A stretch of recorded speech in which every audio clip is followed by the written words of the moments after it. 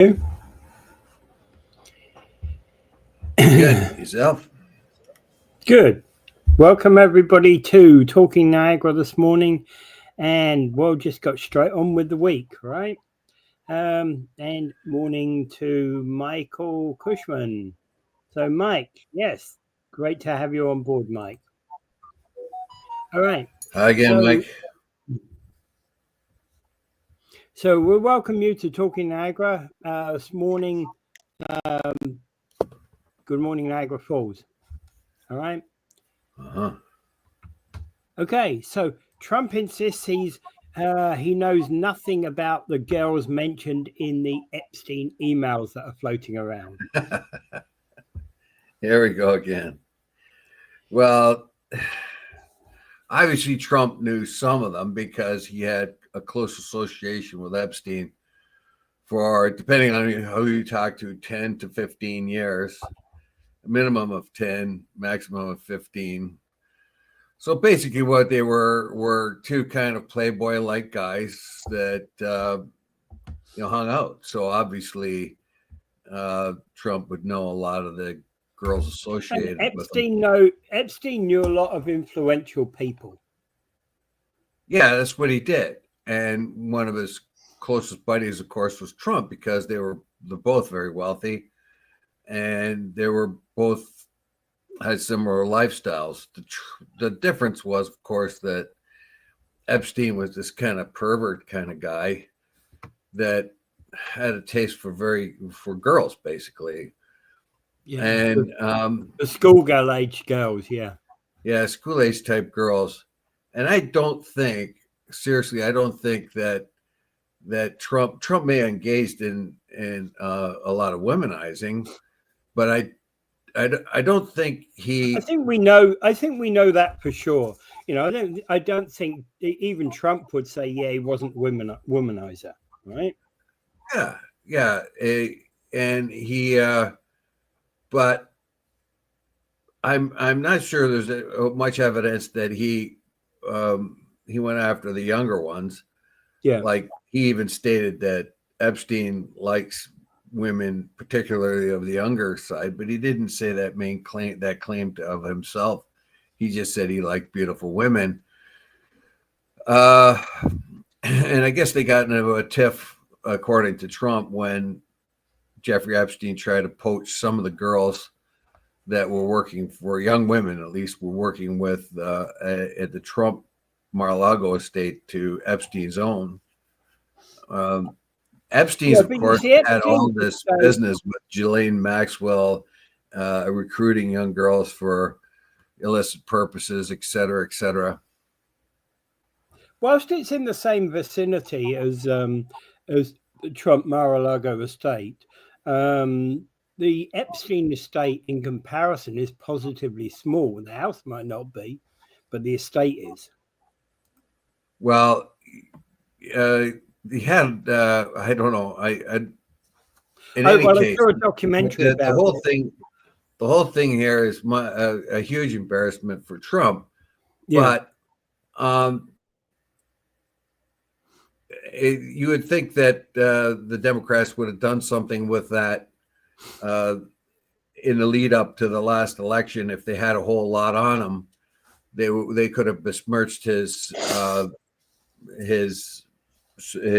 reputation hugely if there was a whole lot in there about Trump. I think the reason why the Democrats didn't dip into it is because it was hugely embarrassing to them as well.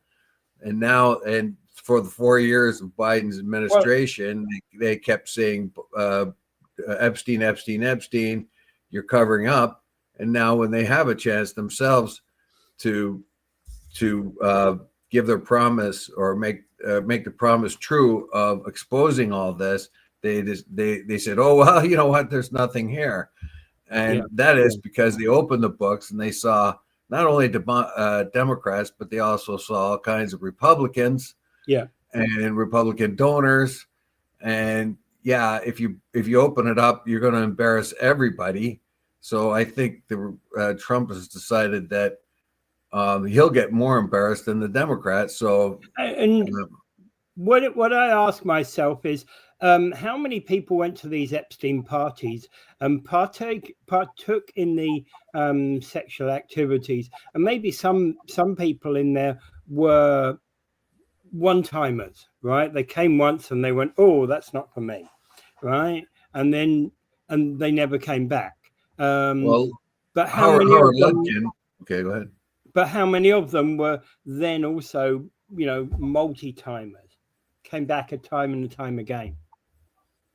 Well, there's all kinds of stuff floating around. Like we know that Epstein got an extremely light sentence when he was first accused of all of this. Yeah. And he managed with his lawyers and the Crown, not the Crown, but the prosecutor Acosta, who I think he was the federal guy.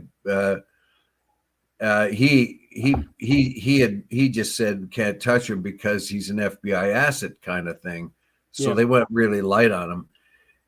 Nothing has been explained clearly why he got such a easy sentence the first time around. Anyone else would have been jailed for a long, long time. For a fraction of his infractions, they would have been jailed a long, long time, which meant that Jeffrey Epstein continue his what he was doing, and finally it came to the point where nobody could do much more about it. And there's all kinds but they got to put a lid on this right now. The best thing to do is open it all up, but Trump's got a bit of a strategy. He couldn't persuade anybody of the Republicans that were going to endorse the vote to open up files, release the files. So what they're going to do instead is bog it down with investigations. So the DOJ is being instructed to find dirt on Bill Clinton and a handful of other Democrats or Democrat supporters, and that will bog it down in the courts. And of course, they can't release information if there's ongoing judicial matters. So that's the next technique he's going to use to restrict the release of the files. If there are ongoing legal investigations, then they can't do that by law, I guess. And that, I guess, is the strategy now, is to get a lot of investigations going, point them in the direction of the Democrats, and just slow the whole thing down with legalese, basically, just legal procedures. Oh, well, we can't release these because there's an ongoing investigation, et cetera, et cetera. So that seems to be the next technique. Everybody's calling for this to just get out in the open, clear the air. But well, both the Democrats before Trump and Trump now, both Biden and now Trump sat on this because they don't like what's in there. Neither party. Yeah, and it's like, so what we've got clearly is probably less than a dozen men in total, and it has to be men.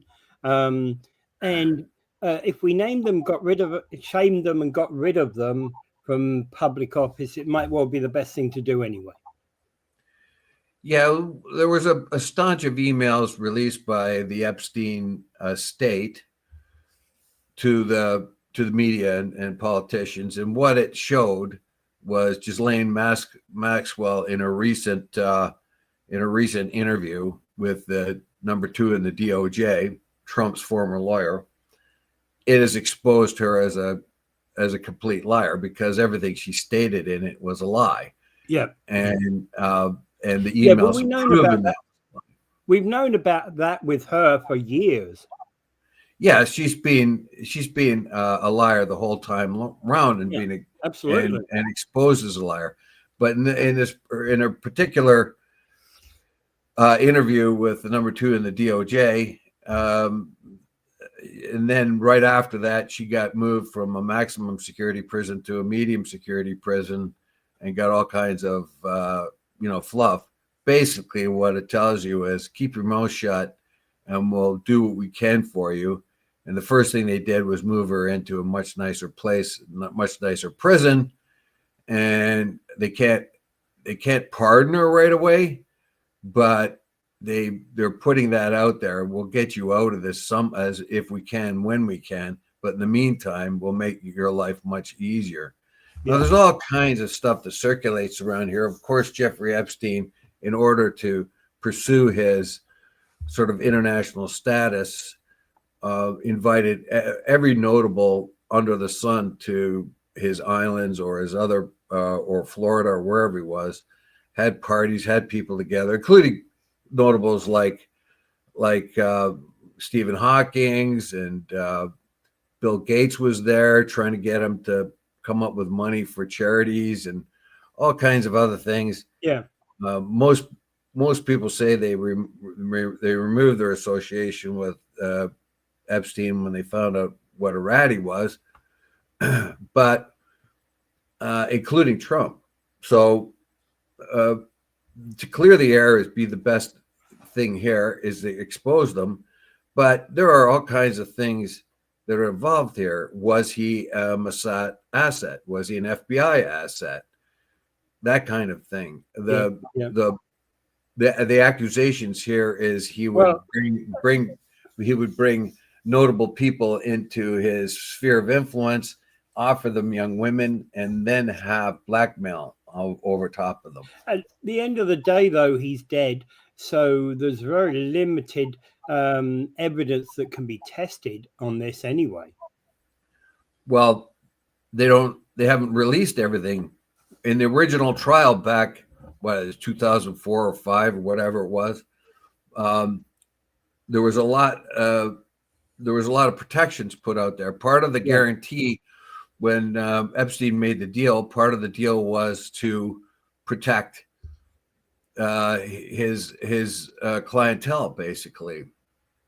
And we see by the extremely unusual lenience of the sentence and the conditions by which the sentence was put, we wonder what. And Acosta later saying, who was the prosecutor who made the deal, later said that he was an FBI asset and he was told to go easy on this guy. He was a valuable asset. So, or CIA or FBI or whatever asset he was. Ghislaine Maxwell's father was clearly a Mossad asset, if you're to believe half of the stuff that comes out about him. He died in mysterious circumstances. When he died, he left his children almost nothing, because most of his assets were not on good grounds. And when it was actually his assets were actually looked at, they were mostly in debt. So his children didn't get nearly as much money as. I'm actually surprised that he protected the Mirror in the Mirror group of newspapers in the UK. Yeah, well, he was an extraordinary person himself.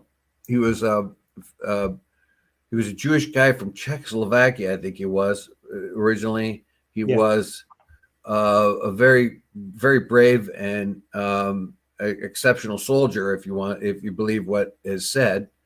So he was extremely, and then when he got into business and stuff like that, he was extremely good as well, particularly in the communications, news and media stuff. But he made some bad business decisions along the way, and when he died unexpectedly, his business empire was a mess. Some believe that's what drove Ghislaine Maxwell into the arms of Epstein, because he was a very wealthy guy, and she did not have the wealth and influence she did when her father died. So that may have been part of it. The whole way her father died was suspicious. Everything about that death was suspicious, because it was on a boat in the Atlantic.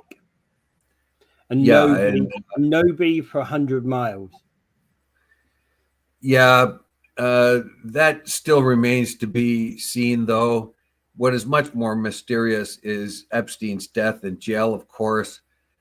Of course, there's missing film. Of course, the guards weren't there. Of course, the guards didn't do their normal their normal monitoring of somebody who was at risk of suicide. Somebody at risk of suicide, they have 24-hour monitoring of them, and all of a sudden there's no monitoring. This is a high-profile guy, extremely vulnerable to suicide, and yet there's missing footage in the camera, and the people who were supposed to be watching him were watching him, and his ability to be able to hang himself in that particular situation seems very suspect in many ways.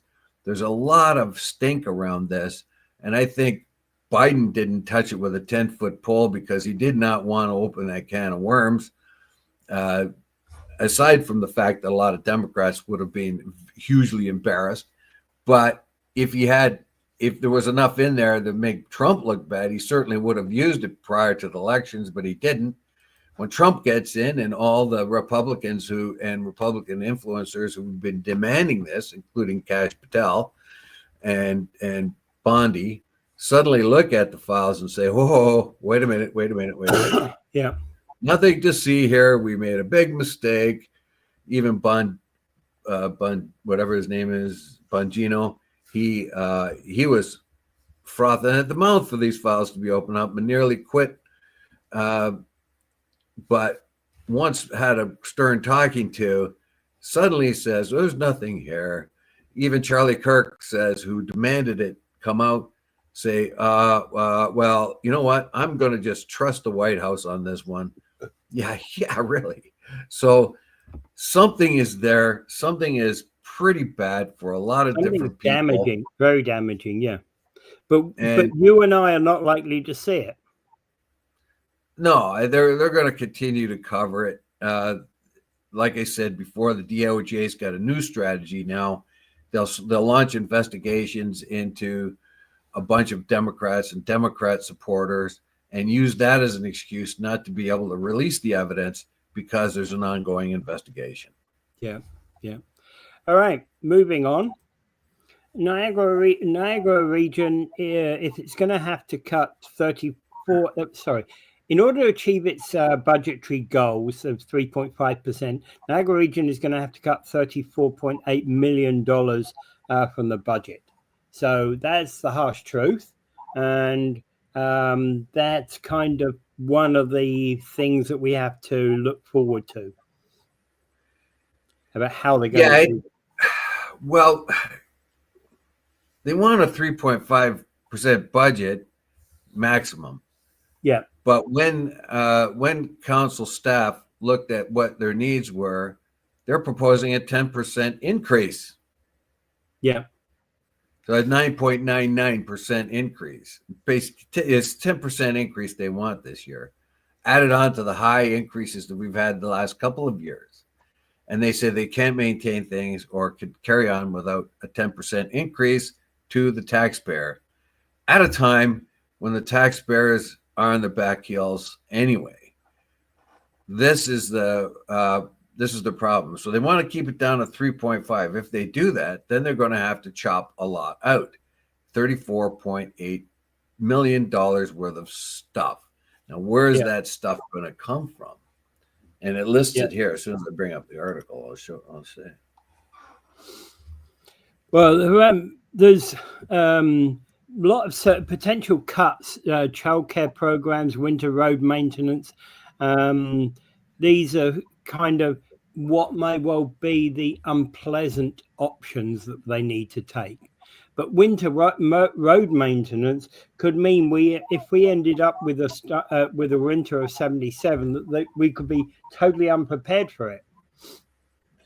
Yeah, here's some of their options here. Categorize high risk or high community impact. They include selling of the Niagara Falls and St. Catharines GO stations. The region leases the space to GO and VIA, but does not recover the full operating cost. Reducing winter road service overtime by limiting crew working hours between 7 p.m. and 2 a.m. This will require adjusted level of service targets for bare pavement from 6 to 8 hours to 8 to 12, withdrawing contributions that support affordable child care for children 6 to 12 years old, which would increase prices or reduce service at daycares across Niagara. Withdrawal of regional funding that supplements nutrition for residents in long-term care homes.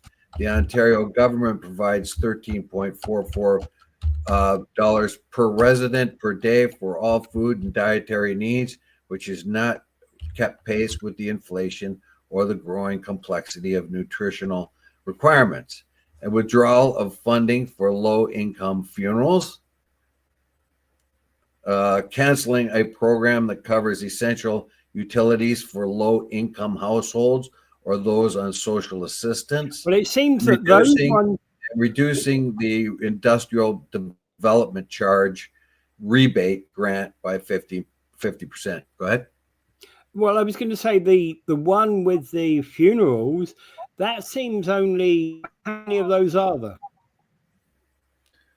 There's a fair amount in the city. As a matter of fact, I've experienced it myself, or at least I've known people who thought they would have had to have some sort of supplement by the government for a funeral or for the region for the funeral. But how much more? I mean, they're pretty basic as it is. Yeah, they're basically cremation in a cardboard box. That's pretty much it. And I don't know how much more lower you can go on that. And there are a bunch of poor people and growing poor people in the Niagara region. You're talking about nutritional reduction of nutritional food for people, particularly and children and things of that kind. So you really don't want to move in that direction.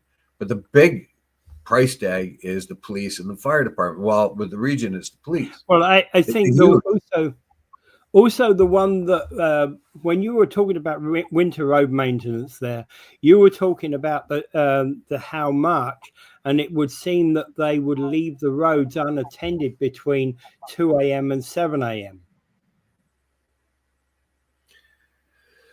Yeah, so they,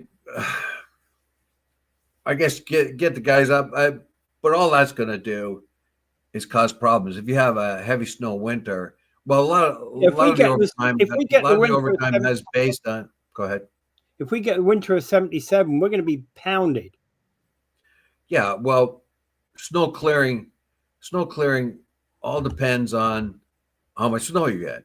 Yeah. If you get a winter with not so much snow, then your snow clearing budget is less. But you get a heavy winter, it goes up.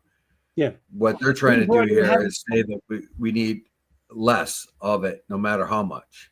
But remember, we're on November the 17th. We've already had one reasonable. We've had one multi-day snow event already this year. Yeah, but that's not telling of what's going to happen. No, I know. You know, you don't. But I do expect it to be a lot heavier than I do expect it to be a lot heavier this year. Yes, it's a great possibility because we had a very long, warm summer, which means the lakes have been warmed up more normally than they would. This means that any kind of lake effect snow will be huge this year because the lake area particularly, but Lake Huron too is another snow belt area that affects Niagara as it did in November a couple of weeks ago. Those things may contribute a lot more snow because of the warmness of our lakes and stuff like that in this particular area. I think Buffalo's going to get dumped on like crazy this year. Well, I wouldn't mind betting that we've been getting away with less snowfall for about 5 years now, right? I wouldn't mind betting we're going to get more. Yeah. So, So what basically it means is a lot of the fluff has to be cut off of the budget. And that means things like we're not going to get extras. It says here It's not recommended that debt be used for sustaining assets, for one thing. The option is to borrow more money to sustain your services and assets as they are. That is a never-ending pit that you can't get out of if you keep doing that, as we've seen in our own federal budget and the budgets in the United States and other European countries. They keep borrowing to pay off their debt. They get into this cycle, this never-ending cycle. So that's why the spokesman here, Bren, said debt should be used to the benefit of the future and the growth and strategic projects such as Canada Summer Games Park. Well, yeah. Do you want to really put money into a park at this particular time? And he says recommended that the debt be used for, not recommended debt be used for sustaining assets. Yeah, sure. Okay, we're going to borrow more money so we can pay off our debt last time. Cuts. So they're talking about $34.8 million of cuts. Here we get to the point where we always will get to the point sooner or later when the spending is not sustainable. When you have to go to your residents year after year and have huge increases in taxes like 10% and like the proposed 10%, what does it tell you? It tells you that your debt and your services are unsustainable. The other question here, of course, is the police budget at $13.7 million. That's it. It's huge. And actually, it's it's 237 million regional budget for 2026, up 11.5%.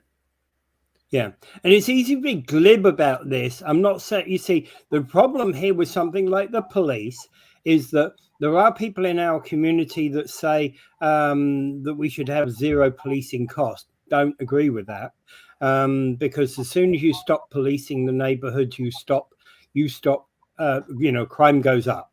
We need police, but I'm not so sure that we need $13.7 million worth of police.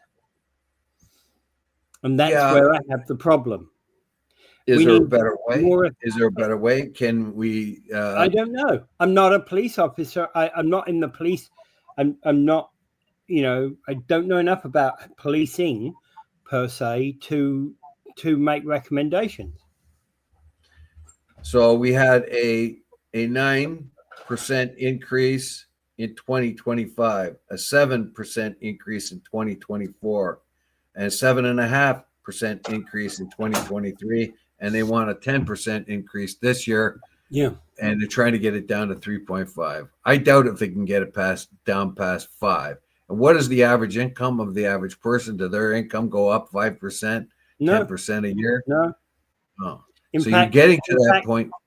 If you were to add, what was 2 years ago budget increase? 7.9% last year, 9-point-something% the previous year. I doubt that anybody's had anywhere near 15% over the last 5 years. No, seriously. Yeah. My own income's only increased 6% in 11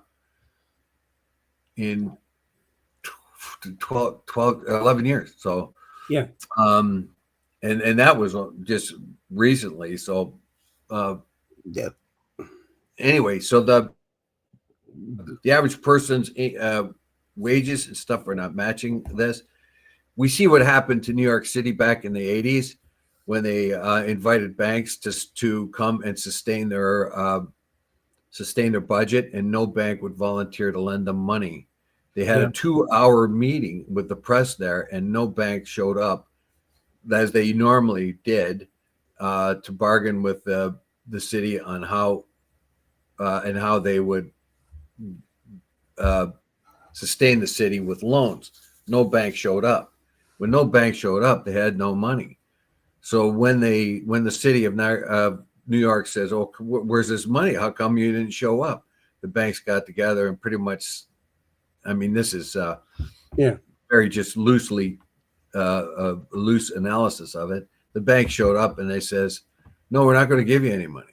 And well, we can't operate without it. It says, if you want our money, then we're the ones that are going to run your finances. Yeah. And places, different communities around are going to face that problem. And we have a shift. We have this divide in among our middle class people, where you get the more prosperous ones, the mid prosperous, and the lowest. And the lowest of the low are the ones that are hurting the most. They're the ones being pushed into the poverty level, basically. There's harder and harder finding housing, harder and harder paying their bills. Their jobs are not paying more. They're going paycheck to paycheck. And now the region says, well, guess what? We gotta charge you a lot more money, 10%. Well, I'm going to start with this comment here from Mike's. How about eliminating high-paying management jobs? How about eliminating 6 levels of bureaucracy that you don't actually need? Right? That's one. What are those 6 levels? Well, I'm just saying, as a gut feel, that most bureaucracies have manager and a sub-manager and a sub-manager, et cetera, and you don't have you have way too many levels of, I've got to report to Joe to get this done. Yeah, but that even happens in private industry. That was my takeaway from working in private industry for so long, that these big companies like steel mills, car plants, they make the same foolish errors that the government does. True. But it's less obvious unless you're really in the field. Yeah, I wouldn't disagree with you there. Absolutely wouldn't disagree with you. But you know how, well, I did a job one time for the Department of Trade and Industry in the UK. And honestly, the woman that I engaged my firm, we had, she was reporting to somebody else, and he was reporting to somebody else, and he was reporting to somebody else. And I said, look, why don't I do a presentation to all your managers so you understand it? Oh my God, no. Yeah, because each one of them has to maintain their little fiefdom. Yeah. And their little pocket of power. But that happens in industry too. But what was the comment there by Karen? Karen, if the region wants to save money, why don't they get rid of the mayoral level? Yeah, that's a possibility too. I certainly haven't explored different ways in which the budget can be trimmed up. Paul Calamere has been talking about the city budget in the last few of his shows, and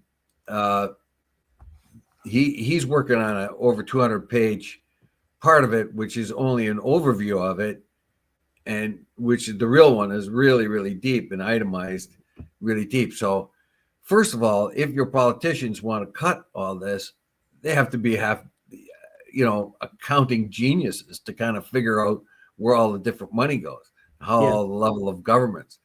We've always had efficiencies. We've always had demands for efficiencies in service, but usually efficiencies usually cost money up front. And that's what's happening in Niagara Falls, as Burgess has brought in new computing staff and computers and all that stuff to bring us up to date. So our services are better, but there's an initial outlay of coin to get that done. And we are stuck in that situation in the region where we can't modernize, we can't facilitate our ordinary services because they cost too much. And of course, the shortcut that politicians so often use is borrow money to pay for it. That's a big Band-Aid, and they can tell all their constituents, see, you got all the services you ever wanted. Here they are. We did it. But no, they didn't do it. All they did is borrow money to do it and kick the problem down the road. And now the problem has come pretty glaringly at the region. The region wants these huge increases of 7 to 10% every year, and that is just unsustainable in the long run. You see, 7 to 10% on 1 year, maybe 2 years is fine, right?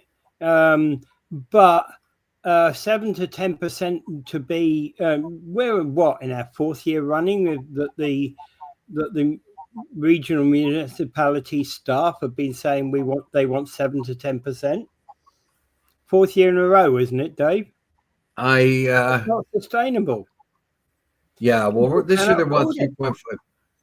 Do you think it's even possible? I think they're going to get half of what they want. The staff says they need 9.99%. The region has been challenged. Bob Gell was, I think, the one I remember the most, said 3.5. Yeah, Bob Gell said 3.5, yeah. And that was that motion has been accepted. Yeah, they took that on. And if they're going to do that, then that means there's going to be a cut of services. Yeah. That's all. That there can be no other things. Now you can the Canada Games Park. Well, you can get rid of that if you had to, or postpone it. There's a lot of things you can postpone money on until you have money coming in. The ground is still there, right? The ground is still there. You could delay the project to a later date. Yeah, you could do that, or axe the whole project altogether. That would make a whole lot of people happy. But if they've already invested money in consultations and stuff like that, they should go ahead. But they can't take anything more on like that. In our own particular community, we're talking about walking paths and concrete ping pong tables and dog parks with obstacle course in it for dogs, playthings. I mean, for the average citizen, that may sound pretty good. For the dog owner, to go up to the dog owner and say, well, we're going to axe this right now, and they get all frustrated. But can you actually justify that when you're saying it's a matter of raising the taxes for the average Niagaran or your doggy park, you know? And okay, so like how many dog users use that doggy park? You know, and I asked this question a bit tongue in cheek, because the thing is for the vast majority of the time, you're going to take your dog for a walk just around the corner. You know, you're going to take your dog for a walk in the local neighborhood. You're not going to put the dog in the car to go to the dog park in order to take it for a walk. Maybe you do that on a Saturday or a Sunday if you're not otherwise busy.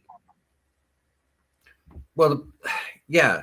So it takes a lot of common sense. A lot of these things sound really good to enhance the city, but there are things that should have to be definitely postponed, like that concrete ping pong table. Like, whose idea was that? The irony is, I could see the purpose of, when I was a kid, I used to play ping pong with my brother all the time. Right. Did you have a concrete ping pong table? I wish I did. In the city park? I wish I did in our local park. That would have been nice. But then again, well, how many people would have used it, and how can you justify the expense? That's the whole thing. Yeah. What about the pickleball courts? What about the pickleball? How many people really use the pickleball courts? Yeah, probably the only users of that entire concrete ping pong table would have been me and my brother. Yeah. Well, I noticed a lot of the tennis courts have been disappearing around the city. For a long time, a lot of the city parks had tennis courts, including the one that was beside my home. It got less and less use as the years went by. You know, Karen said she can't afford a dog. Can't afford a dog. There you go. Well, Karen, sorry, some of your taxes are just going to have to go to that doggy park and the concrete ping pong table. And what's the next comment here? And Canadians can get a detailed receipt for all checks funded to their money. by their money, or is government not accountable for the money it steals? I don't know how I to can't answer drill that. down on that one because I don't know exactly the specifics they're talking about there. Yeah. Don't know that one. I like the way that you put it. Frustrated taxpayer for sure. I don't. I like the way that you put it. Is the level of government accountable for the money it steals? Yeah, that's spot on. Well, we do know that death and taxes are the only two things assured in life. Is the end of it and being taxed along the way, and that happens in every country and everywhere. Somehow there are taxes. I thought I was at the end of it last week. That's how bad I felt. Oh well. I would have said a few nice words at your funeral. What, that would have been good morning. Yeah. I would have said, yeah. And where's lunch being served? Be like that guy on Scrooge, right? That guy who, when Scrooge is looking at in the ghost of future, and he's looking at the exchange where he does business, and one of the businessmen says, "Oh yeah, the old fella died. I'm willing to go to the funeral if there's a lunch being served, but I'm not going unless I'm fed." That kind of thing. Yeah. Okay, so are Canadians not able to see the receipts of government spending? That's the question. Okay, that's a fair question. Well, yeah, they can, but it takes a while and it takes a lot of effort. Some, but we're not all. And that's what your politicians are supposed to be doing. But the politicians are also protecting their party. So when the budget comes out and the different things are coming, all those things that don't look so good for the government, your own particular politician, if they happen to be a member of the ruling party, will point out nothing that's bad. They'll only point out the good stuff, and then that's where the opposition politicians come in and say, "Hey, look at that. We do have a huge, talking about budgets, we have a huge vote today on the budget, the Canadian budget, whether or not it's going to make its way through Parliament." Yeah. All right, we'll get to that. We'll get to that in a little while. Okay, so let's deal with this one next. Ford says the regional chair announcement is coming soon. Yeah, this kind of confuses me. I always thought that now Ford's going to, I don't know how he's going to appoint someone as the regional chair or whatever. I always thought it was the regional councilors, the ones that voted who would be the chair. Yeah, that's what they did last time. Why can't they do that again? I don't get that either. Yeah. So now Bradley was a very long, experienced politician. So I think based on that, with that kind of credibility, he was probably the number one choice for that job, the one that would probably be most capable of doing it. Now he has sadly passed, so now we need a new guy. Well, so how much is the Ontario government going to intrude in our business down here in the region? Yeah. Now, of course, they have the ability of doing that because they finance a lot of what happens here in the region. So they've got clout. And of course, they're going to put a guy in there that sees things like Ford sees things, that kind of thing. One of the names that's in the frame, that, as I understand it, is our very own regional councillor, Kim Crater. I don't think so. I don't think he will be there because he's had a series of long series of problems, health problems for one. I think that he's also I don't know. He's a liberal for one thing, so I don't think that Ford would be pleased. Not exactly the most loyal of liberals, but still a practical person, though. Possibly, but at this point in his life, after I would have thought not, but still, you're right. Yeah. I would have thought not, but I've heard his name mentioned in the last week or two. I doubt very much he'd be considered for this job.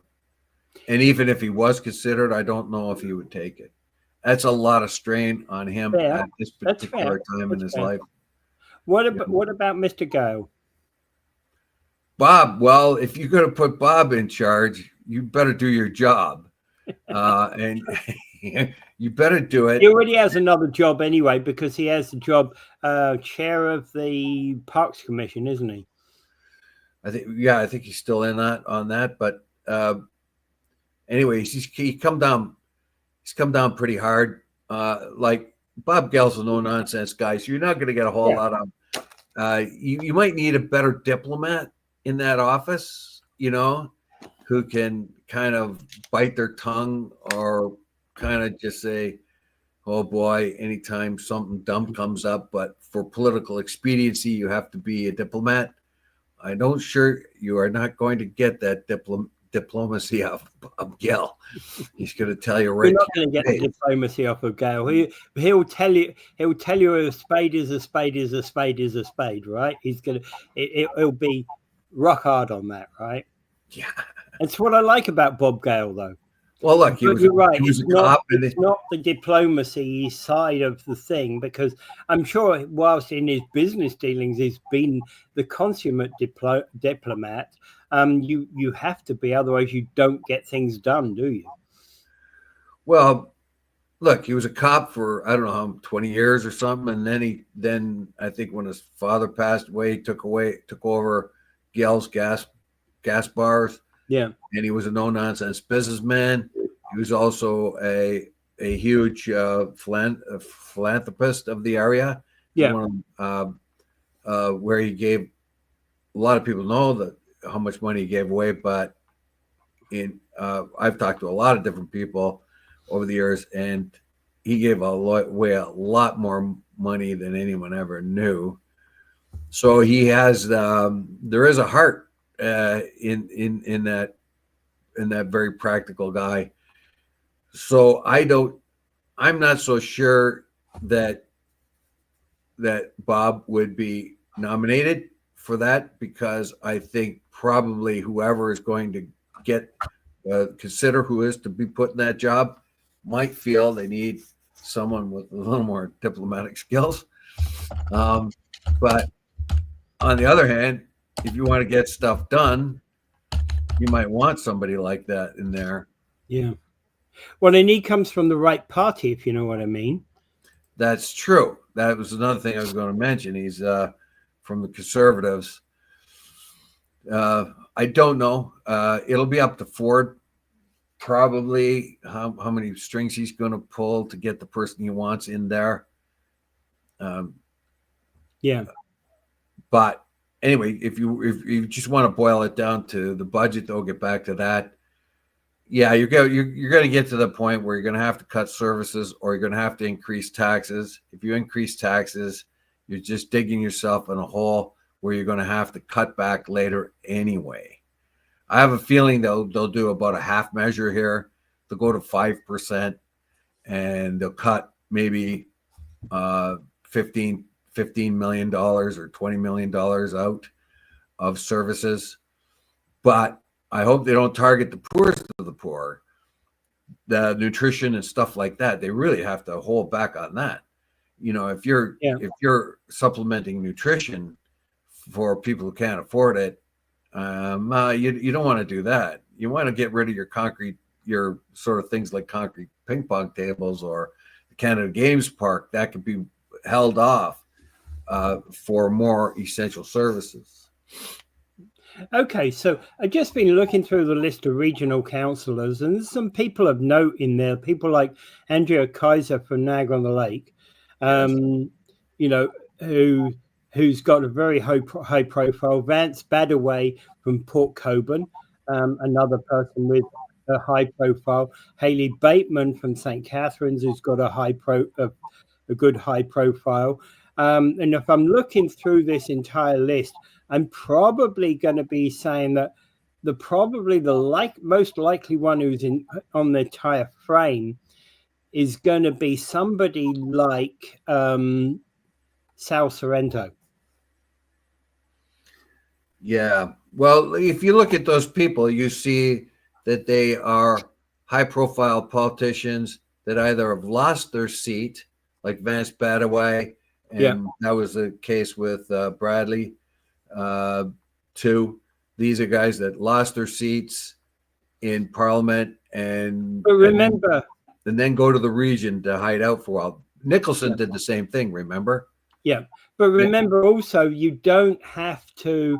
He doesn't have to pick somebody who's from his party.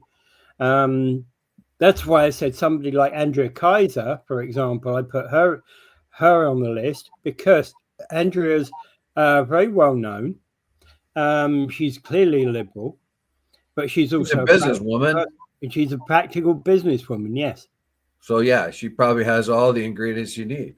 Yeah, but she's a liberal, so there's that party politic coming. But at the end of the day, in a region like Niagara, he could pick somebody like Andrea and still be relatively confident that he's got a working person he could deal with.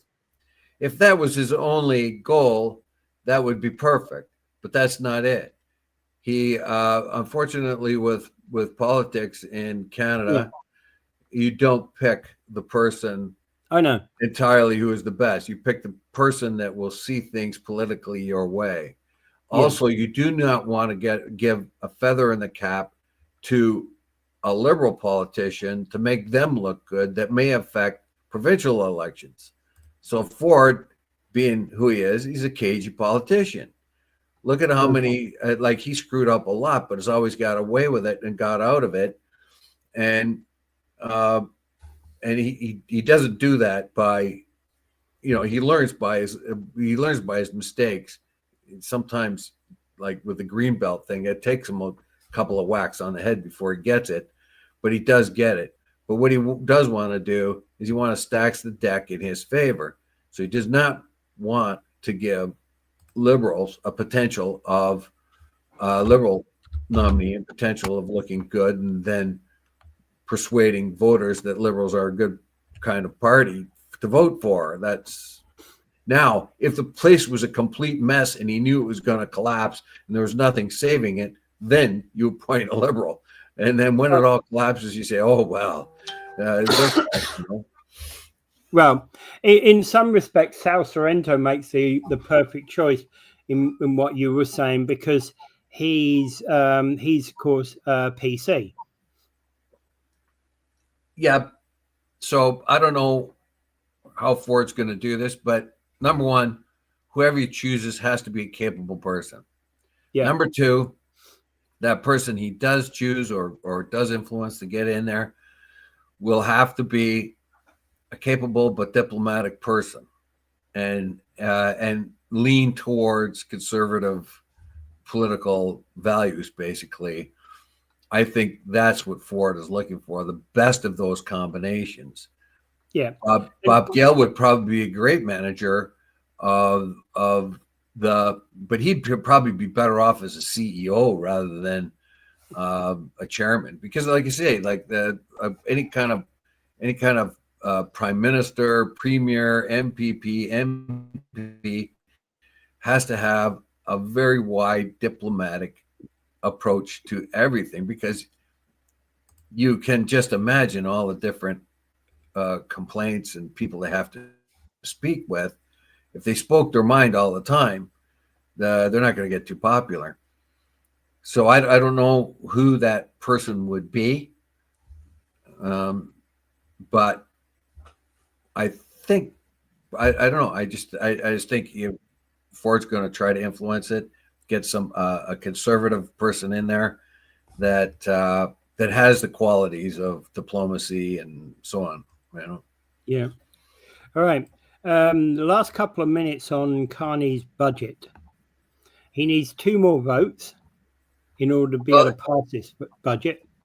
He doesn't need just a vote. He can get abstentions. So a lot of the NDPs and others can abstain. Well, the equivalent of 2 more votes, whichever way that comes. Yes. So that option is out there for a lot of the NDP bloc, even some of the Conservatives, to abstain from this vote. The Conservatives have to go against it because they just have to, because that's what their job is to do. Now, what's happened here is Carney has sweetened the deal for individual constituents, NDP constituents. I'm going to build you a Filipino type of town hall kind of thing. Another place, he's going to build something else for them and their constituencies to buy their vote, the NDP votes.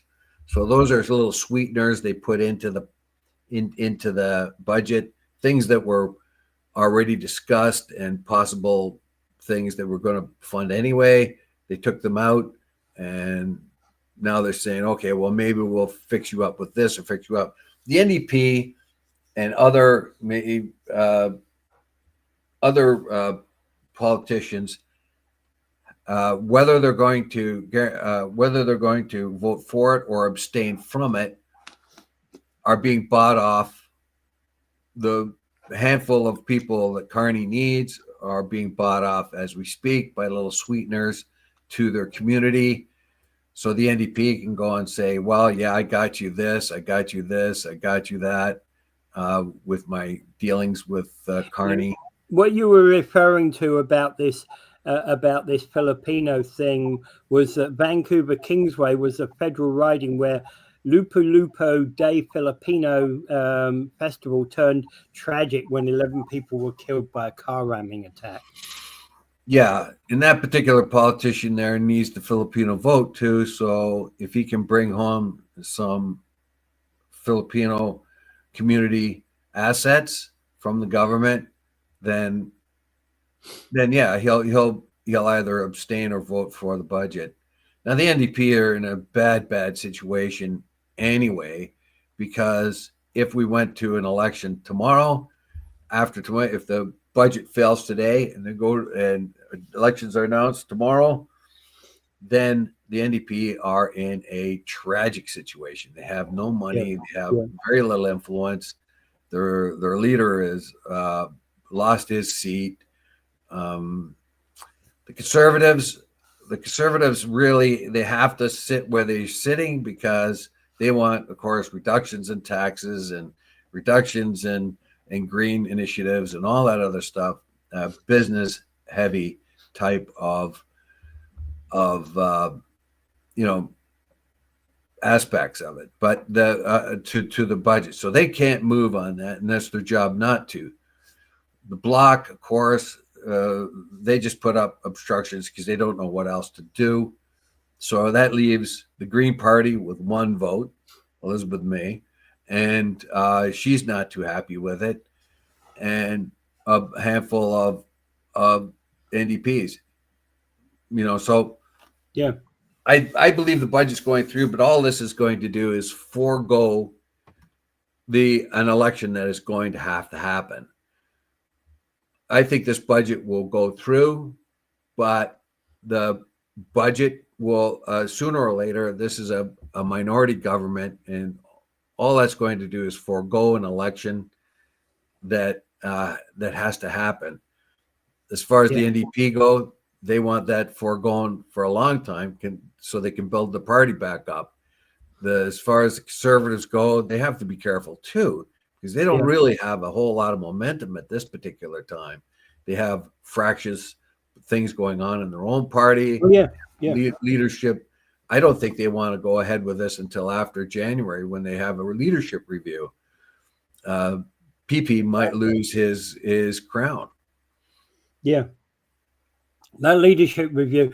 Well, in all probability, I think his leadership review, he's likely to get the nod, but that review matters more than voting against the budget right now.